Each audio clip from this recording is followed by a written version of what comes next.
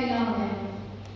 त्याच्यानंतर तुमचे काही असे प्रश्न असतील, म्हणजे प्रत्येकाला काही ना काही असेलच, पण ते सगळ्यांसमोर तुम्ही नाही सांगू शकणार, पण सांगायला पाहिजे, डेअरिंग घ्यायला पाहिजे की मॅडम माझ्यासोबत असं झालं होतं, त्याच्यानंतर मी काय करायला पाहिजे.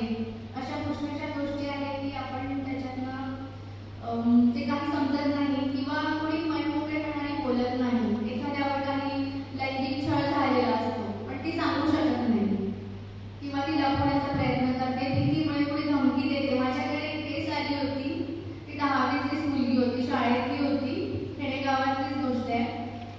त्याच्यानंतर मला पोलीस स्टेशनमधून फोन आला होता, मॅडम केस आहे, तुम्ही घेता का. आणि ती मुलगी बोलायलाही तयार नव्हती.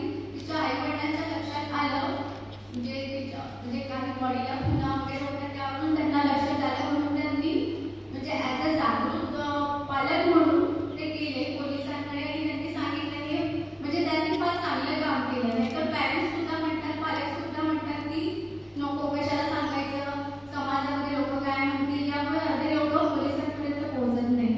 त्यावेळेस मला बोलवलं, तिच्यावर लैंगिक अत्याचार झालेला होता मोठ्या प्रमाणात आणि बरेच महिन्यांपासून होत होता.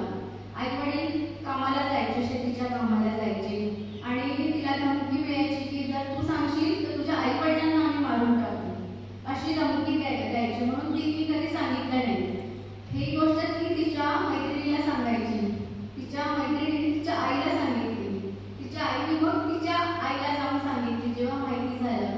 म्हणजे आणि तिच्या आईच्या लक्षात आलं होतं की बरेच दिवसापासून तिचे एक्सप्रेशन, हावभाव वगैरे बदलले, कुठेतरी म्हणजे बोलायची चिडचिडपणा वाढलेला होता आणि असं एकदम कोणी आलं घरामध्ये पुरुष व्यक्ती ती घाबरून पडायची, आतमध्ये जाऊन लपायची, अशा गोष्टी लक्षात यायच्या. पण ते कसे खेडेगावातले कामगार लोक, एवढं त्यांना वाटलं नाही.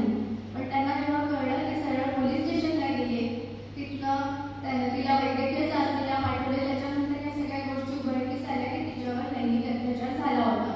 त्यानंतर आम्ही ती केस कोर्टात फाईल केली आणि तिला न्याय पण मिळाला. जो व्यक्ती होता अगदी जवळचा होता तिच्या, त्यांचं नाव वगैरे आम्ही काय सांगू शकत नाही, पण अगदी जवळचा होता.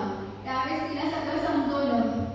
पहिले ती सांगायला तयार नव्हती, तिला सगळ्या मैत्रिणीसारखं तिला जवळ तिला समजवलं, तिने सगळं सांगितलं की गेल्या 3 महिन्यापासून तिच्यावर लैंगिक छळ व्हायचा.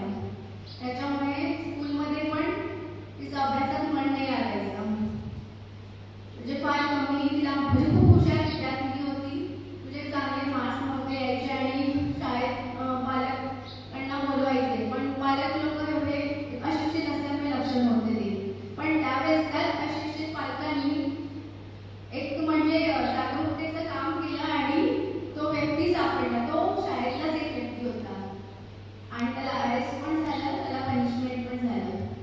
म्हणजे तिच्या एका स्टेपमुळे बाकीच्या मुलींचा पण होणारा छळ वाचला, हे आपल्याला समजायला पाहिजे. हे एक उदाहरण होतं.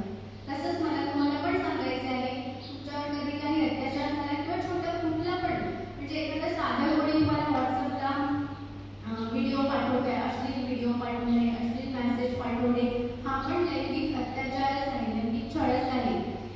एखादं घाणेरडं कमेंट्स करणं, हा पण त्याचाच एक प्रकार आहे. तुम्हाला कोणी प्रायव्हेट पार्ट्स विषयी चिडवणं किंवा म्हणजे बरेच, आता तुम्ही वाढत्या वयात मोठे होते तर तुम्हाला माहिती आहे कशा पद्धतीने आपल्याला कोणी ब्लॅकमेल करतं. एखाद्या मुलाच्या प्रेमात पडणं, तो म्हणतो मला तुझे व्हिडिओ पाठव, फोटो पाठव. काही मुली प्रेमाच्या भरात पाठवतात आणि मग तो तिला ब्लॅकमेल करतो. या सगळ्या गोष्टींना बळी जायचं नाही आहे. आता आपलं वय आहे करिअर करणं. एकदा तुम्ही करिअर केलं की तुमचं फ्युचर तुम्हाला माहितीच आहे.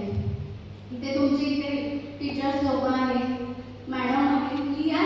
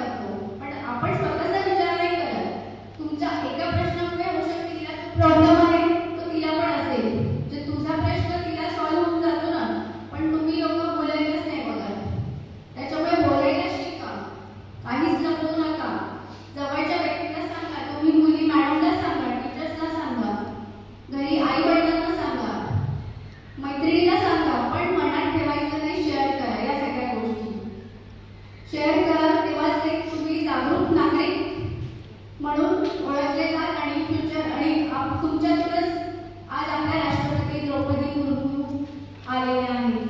त्या एक आपल्यासाठी जागरूक उदाहरण आहे. सो मला असं वाटते काही समस्या असेल तर प्लीज तुम्ही मला सांगा, मी त्याचं मार्गदर्शन करेन, कारण मी त्या